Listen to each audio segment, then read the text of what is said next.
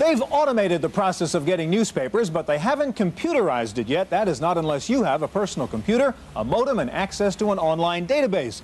Then you can read papers from all over the country, and you don't even need exact change. Today, we begin a special two-part look at online services on this edition of the Computer Chronicles.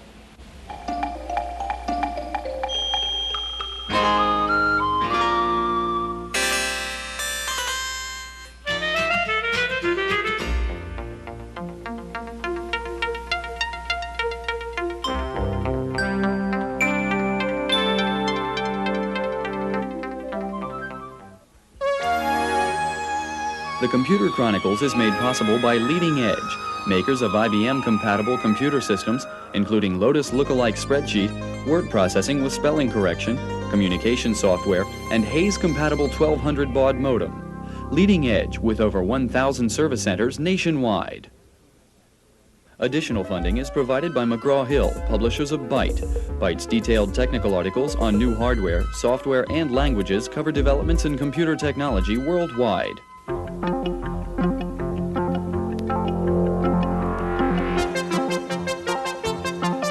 Welcome to the Computer Chronicles. I'm Stewart Cheifet, and sitting in this week for Gary Kildall is George Morrow. George, I don't know how much of a gambler you are, but here's an example of how far online services have come. We're on Quantum Link, something called the casino. As you can see, I'm online here with lots of players around the country. We can talk up and back here at the bottom of the screen. I can go in here and place a bet and actually play the slot machine, see if I can win some money. Not real money, of course, here.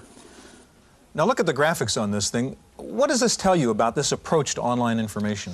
Well, this game works very well for a media that's basically warm to sometimes hot. Some of the online services, you'd think you're back in the days of talking to a teletype with a computer. What you have to do is you have to play your interface to the warmness of the media. And some of the better online services are doing that. They're all going to have to learn how to do it. George, today we're going to take a look in this first of a two-part series on online services, a general interest online databases such as Quantum Link and CompuServe. We'll take a look at the Dow Jones News Service, Delphi, and one of the rare looks at France's Minitel system. Now, George, you know, you can read the entire San Francisco Chronicle online now if you'd like. Online, something I always wanted to do. Well, if you do want to do that, we have a report for you on that. Newspaper publishing is largely an art of mind over matter. How to put ideas and events into physical shape as quickly as possible. One of the obstacles to assembling that information has been the printed document itself, the thousands of pages that flow out of printing presses every day. Typically, the masses of photos, drawings, and words are carefully clipped and stored in bulging files, where they become historical material. Today, at some major newspapers like the San Francisco Chronicle, paper files are being replaced with online digital storage. Working through an online service called Data Times, the Chronicle is building an electronic library. Each day's news stories are added to the database within 24 hours.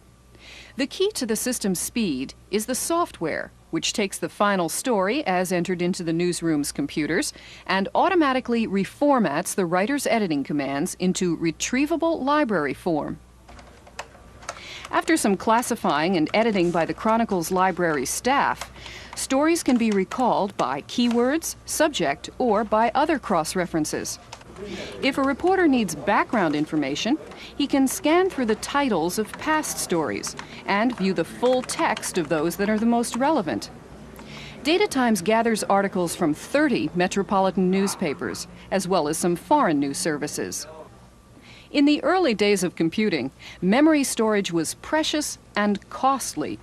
Today, the newest form of information storage is taking its place alongside one of the oldest and most valued.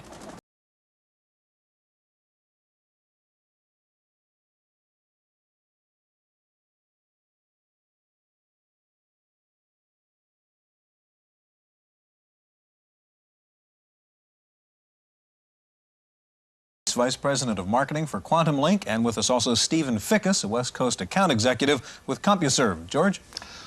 When you think about H&R Block, usually you think about going in and getting your taxes filled out. Why is it that H&R Block invested in CompuServe, and what are they going to bring to it? Well, there's actually three different areas that H&R Block will benefit from having CompuServe under its under its portfolio, let's say. And those are in the online access to information. That's one area. That's growing really quickly. The other area is network services, nationwide network services, linking people's personal computers into these host computers that major corporations have. And finally, the actual building of a company's information service that people remotely can get into. All those three areas are growing very quickly, and H&R Block should probably benefit from that, I think. Stephen, I love these online services, and a lot of people are great fans of them, but as you know, you get a lot of complaints from users. You have your feedback thing. I'd be interested in knowing, what are the biggest complaints? What would people like to see done better on these online services? Well, it tends to be, you know, things jumping around to other services easily. The movement going from one access to another, it seems to be the key complaint that we get, if any. You know, making it easy to use is one thing, but really people like to jump instantly to the other services they use. It's the time lag, it's the one moment please ... Exactly, exactly. Let me ask you one of my complaints, the problem of different languages, different commands in different parts of the service. Why can't that be cleaned up so you can learn one set of commands and go anywhere? Well, you know, that tends to be a function of how many different bits of information we have sitting out there on our service, and you know, we have to try to structure it so it standardizes some approaches. But you know, some of the things you do are like database management, and some of it is like spreadsheets. Why don't you guys get together with the big hitters in those to make your interfaces more familiar? If you're doing database management, why not think about a connection with Ashton Tate? If you're doing spreadsheet stuff or financial stuff, why not look for the Lotus interface? Now, this thing where Lotus is teaming up with one of these services is certainly a good example of that. It's something that...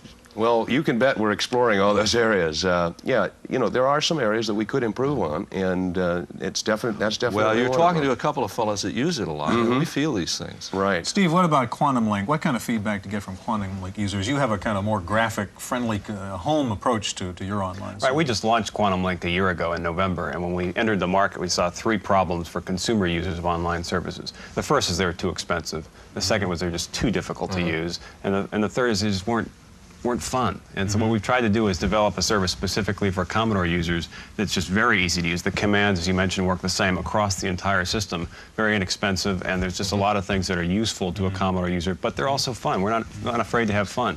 Yeah, CompuServe, of course, is very well known. I guess the largest online service. A lot of our viewers are familiar with it. I'd like you to show us Quantum Link, though, which is specially designed for Commodore users, right, Steve? Sure. And show us the kinds of things you can get on Quantum Link. What we're looking at right now is the Quantum Link main menu. As you see, there's 8 different departments on the service. To move around, all you do is use this cursor key and it will flash around to the different departments. Down here are most of the information and transaction services. Commodore Information Network is where you can get help from Commodore, and Commodore Software Showcase is where there's over 4,000 free public domain programs. Show us People Connection, for example. Okay, you just pop up to that particular area, press F1, that's the select key to pull up that menu. We're loading a screen from the disk, so the graphics don't have to be transmitted over the phone line. So the graphics are on the software here, they're not coming online, right. obviously. So it gives you that friendly feel without you having to wait for the transmission time. People Connection is what we call a social center of the system. That's where people meet in rooms like a lobby, which you see here, and they can chat with each other, conduct conferences. We have special guests, rock stars, and computer programmers. Is that like your CB simulator, I guess, the same thing? Precisely. Yeah. And as going back to the issue of user interface, we've tried to build in just a one key to pull up the commands you would like to anytime you want to get to anywhere. And that works the same no matter across the entire system. So we've tried to take the concepts of interaction and just make it much simpler for the average user. So you're online now in People, what do you call it? People Connection, and we're in the lobby, and you can see there's 23 people now with us in the lobby. We can type a message like hi, it comes down at the bottom, and simply press return. It will be broadcast to everybody in that room. There are always dozens of different rooms, and you can create your own. We could create a room called Chronicles if we'd like, so it really allows you to personalize it. But you have chosen to be very specific to a piece of hardware where CompuServe does have a tougher, you guys have got a tougher job because you're trying on a lot of different computers. Let me ask you both a question about this, but I've gone on the People Link type thing and the CB simulator. Does anybody ever say anything meaningful or useful in these things? You hear an awful lot of straight chit-chat.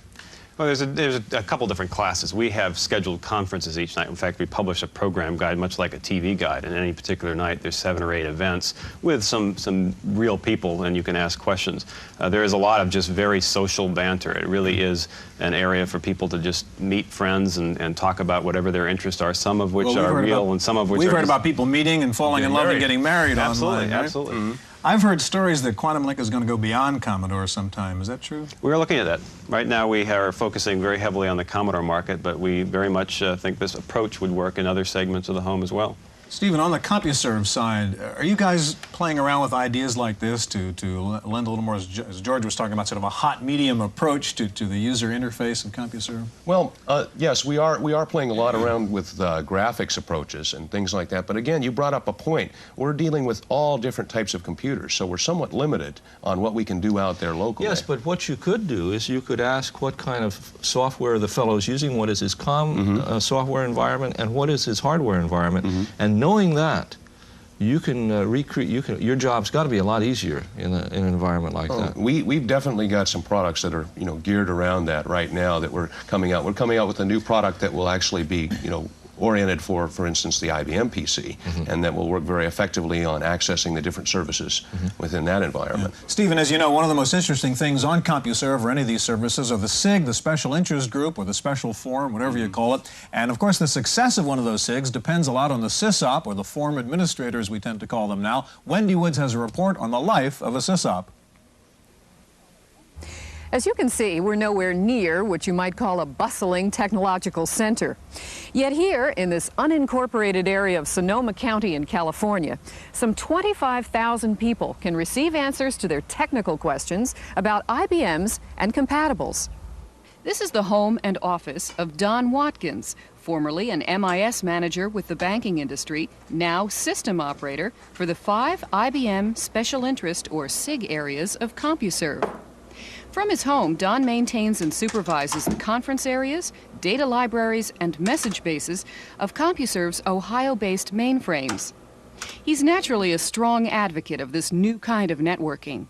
Well, they can get free or low-cost programs, user-supported programs, and they also have access to a huge intellectual base of talent and experience of people who have tried other products and perhaps would have a comment on those products. Don has been managing the IBM forums for 5 years now. He's watched the members change from hackers and hobbyists to mainstream computer users who are just interested in getting a job done. The SIGs, he says, have taken on a much broader appeal. And in our information-driven society, such resources, he says, can only get more popular. Again, I can talk to someone in New York City or Miami, Florida, or Dallas, Texas about a product that they may know more about than I do. And finding out that information and being able to get a two-way dialogue going about it is very valuable. For the Computer Chronicles, I'm Wendy Woods.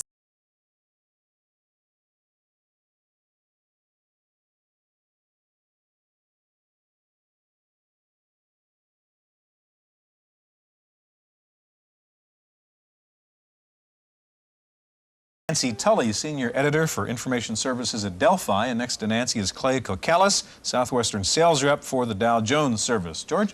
You know, everyone knows that Dow's been a leader in financial services for a long, long time. Has Dow ever given any thought to bringing standards to some of this comm software and some of this online service? Well, that's a very, very challenging question in the fact that it is not easy in this business to get together with other but you people are big enough and you've got enough prestige where you could press forward and get that done. Well, the problem we would have with that is that there are so many different types of computers out there that we would really be getting ourselves into a nightmare in trying to know how to support each actual type of equipment. I mean, you'd have to have something separate for the Apple world, for the IBM world, and then you'd have to make sure that these products work on all these various types of machines because we really value our integrity. And if we're going to put a product out, we're going to make darn sure that it works on all the available equipment. Clay, let me ask you about Dow Jones and also Nancy about Delphi. We were just looking before at CompuServe Quantum Link, sort of general interest services. Dow Jones a little more specialized. What kind of people subscribe to Dow Jones? Well, you know, we have a large number of subscribers, but, you know, we're not kidding anybody in that our best market is our corporate customers, and that's who we are trying to develop and, you know, financial information. That exactly. Kind of thing. You know, for the larger Fortune 500, Fortune 1000 type companies. Nancy, excuse me, George. What's the Delphi niche? Who would sign up with Delphi? Delphi's largest growth over the last 18 months has been with the home user, with the person who has a new computer and wants to find out a lot about it. Our latest growth effort has been with the small business person. What have you people done toward making the interface with the fellow that tries to get into online better? Have you addressed yourself to an operating system, hardware, or to COM packages? No, we do cooperate with a lot of the software manufacturers in getting Delphi in the box with those manufacturers, but we don't have any software package. Delphi is very easy to use and has been judged so by a lot of product reviewers. Clay, for people who are not familiar with the Dow Jones News Service, run us through a little bit of the service. Okay, here. for example, the database we're going to be in right now is the Dow Jones database. You're already online. Right, I'm already online. Okay. And in this database, you can get the last 90 days worth of news on any publicly held company by their stock symbol or any industry by their industry symbol. And you'll notice that the information is as recent as 90 seconds throughout the business day, and it goes back 90 days. And for example, these are the last 90 days of headlines on IBM, and it tells me that there are 9 pages of headlines. And there's a 2-letter code next to each headline. And to retrieve a story behind any headline, you just type in the 2-letter code. You could go pull up the full text of that. Exactly. For story. example, we're going to pull up the full text of this story. Could I ask it to keep track for me and put away in a file something on 2 or 3 companies that I want to follow? Absolutely. We've got a track service that every time you access it, it allows you to create a profile of 25 stocks, and you can have 5 profiles. And every time you access it, it'll either go and get you the latest stock price and the most recent 2 days worth of news, or either one. So it'll be collecting those stories even though you're not online. Exactly, and every time you go online, it'll just give it to you. Now, the interface that you have is uniform across the different services that access your service. That's is that correct. True? That's correct. Now, for example, here we're just going to get the headlines on the computer industry. And as you can see, there are 20 pages of headlines on the computer industry. And what did you do? What symbol did you use to say computer It's industry? just .I/EDP. EDP. I being industry, EDP being the electronic data. Which is the Dow Jones. Exactly. We have categorized every major industry, every major area under the stock market, financial news, etc., to make it easy for the user to go directly and find the most recent information. But you need a manual somewhere that tells you what those 3-letter codes are. Well, either a manual, we have it online in a separate database, or the best way, of course, How would do be you get to that separate database? Okay, it would just be the symbols database. I see. And you would go and look up a stock symbol or an industry symbol. And that tells you what to use. Can we give that to Nancy now? I'd like her to get Delphi online here so we can show Delphi in just a second. If you can get off of that, Clay. And while we're doing that, Nancy, can you talk and type at the same time? How is Delphi different? It is one of the smaller kind of alternative services. And how is it different from the other mainstream ones? It's a relatively new service, and it's different in that Delphi was originated to be an online service. It wasn't born from excess computer capacity or anything like that. It's very easy to use. I'm going to pull up an introduction to Delphi here in its main menu, which shows the different categories of information that we have.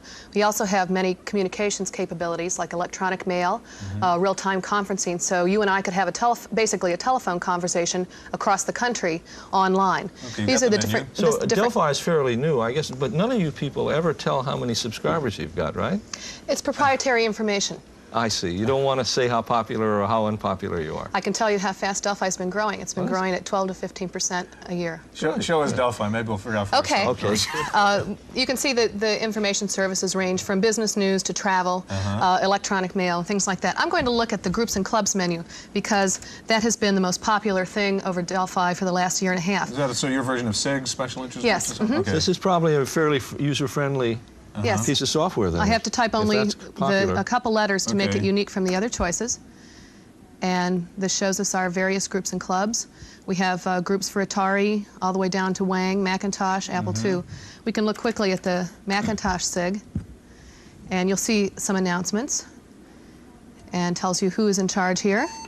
And it's telling me that I have 2 new forum messages. Somebody has posted an answer to a question that I've What was that prompted. little buzz for?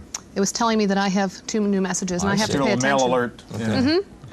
So we can see what, I can go directly to the forum, and it'll show me. What was that burp for? Well, it says press return to read my waiting messages, so that's what I'll do. I posted a question that had to do with Excel software, and to give... Somebody's left you some answers for that. And this is from... Forum.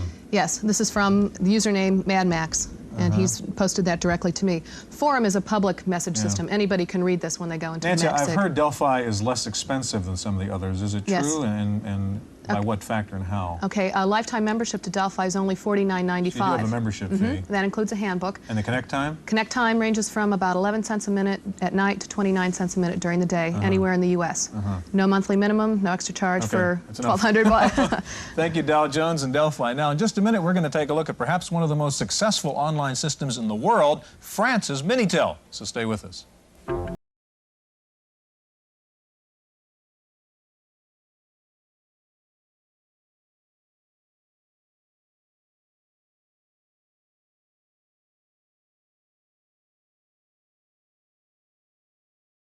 And Telmatique. Jack, you've got the Minitel, and we can see why it's called Minitel over there. And first of all, let's open it up and see what that little terminal looks like, because it's an awfully cute little piece of hardware there. And we're already online with Paris, with the system in France, and I've asked you to show us how you actually do automobile shopping through the classifieds, and explain what you've got there. In this one, I'm comparing two new cars, a Mercedes, which I've already selected. Now I'm going to compare that with a Jaguar. Oh, good. And also the model number. Okay, so we'll pick a Jag Sovereign 3.6, let's say. 2. Now, you'll get a comparison which will help you buy one. Okay, and... Oh, look at that. And a numeric and a graphic display. There's your graphic display and a number Okay, display. comparing a lot of the different features of those two cars. Right. Now, the French government give these away. A lot of us over here in the computer industry think that's just a lot of socialist pap. It's probably more than that, Jack. Well, they're not given away. They're loaned in the same manner in which AT&T created a telephone market by giving handsets to people who So you lease the became terminal clients. as you would lease a phone here? Is that the idea? If you want more than one, you have to lease them. And the telephone company is getting over $2 million a year in leases. Why should they give you or let you use a terminal free? It cuts down on the paper directories, which you have to agree to forego. And it's eventually going to cut down in the number of manual operators that you have servicing information. So a fellow gets this, he doesn't get any more, he does all his directory lookup using this then? Yes, every telephone number in France is on the electronic database. How long do they feel it takes before this pays off over directories? They feel that it's already beginning to pay off. They projected that the investment in terminals would take 5 years to pay off. They think it's paid off in 4.5. Could you get us into something else on the system there, Jack? One of the popular services over there, the newspaper services like Le Monde, which is the largest newspaper in France. This is an online database then to Le Monde, one of the biggest newspapers in France. And they update this every 2 hours. You know you're getting your news fresh. So you can read the full paper online. Are people, in fact, doing that? Oh, absolutely. And in addition to that, all of the services, newspaper services, well, if you classified ads, horoscopes, games. So you get the full paper, not just the news story. If I'm interested in financial stuff, can I ask it to track? Can I do full text searches on things like? Yes, it'll give you, it has a Bourse So this is an awful lot like a lot of the online services here that these independent companies offer then? Very much so. All of them exist. And now this is offered through the phone company there in France? Yes. I see. Well, this terminal makes a lot of sense, Stewart. It sure does, and as you were pointing out earlier, George, this really standardizes the system. Everybody going on the system has to adhere to the Minitel standards. It makes it easy to use. Absolutely user-friendly. And everybody's got the same terminal. Thank you very much. We're going to be back next week with part 2 of our look at not U.S., but in general, online databases and online services. Stay tuned. We'll be right back with this week's Computer News.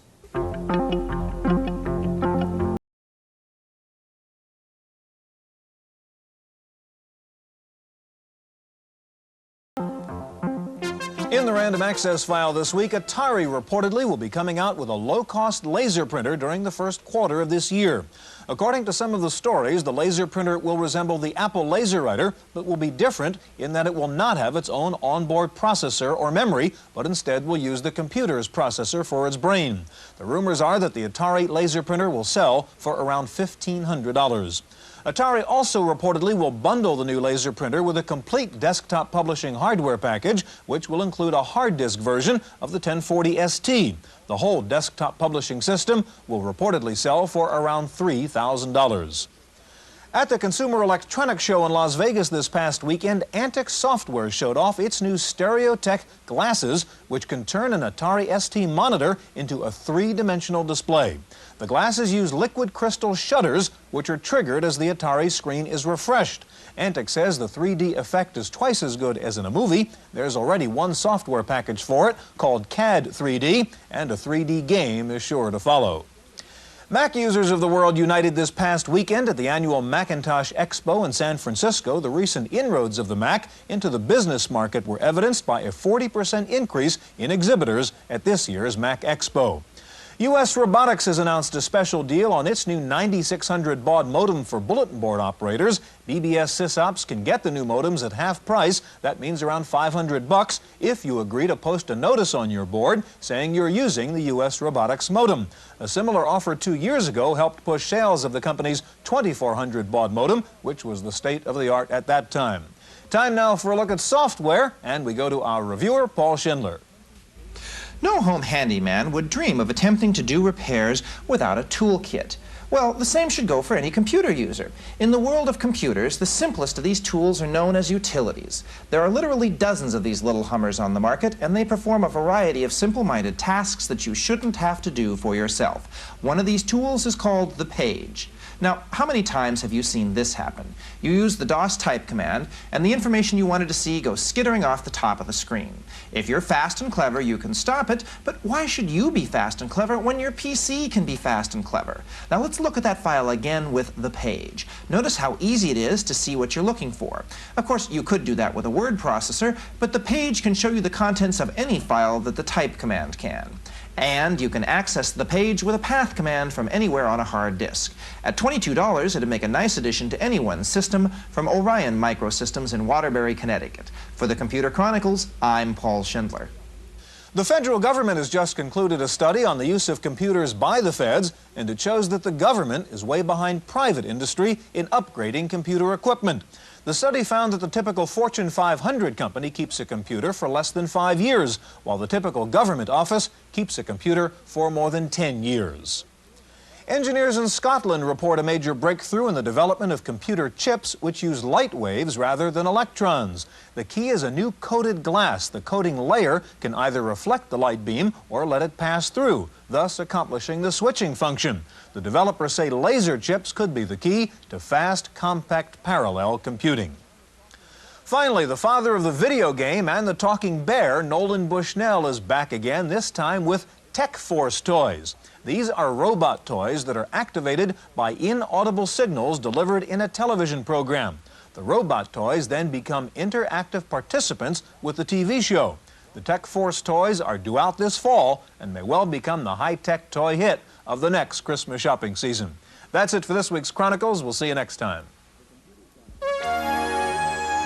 The Computer Chronicles is made possible by Leading Edge, makers of IBM-compatible computer systems, including Lotus Lookalike Spreadsheet, word processing with spelling correction, communication software, and Hayes-compatible 1200 baud modem. Leading Edge with over 1,000 service centers nationwide. Additional funding is provided by McGraw-Hill, publishers of Byte. Byte's detailed technical articles on new hardware, software, and languages cover developments in computer technology worldwide.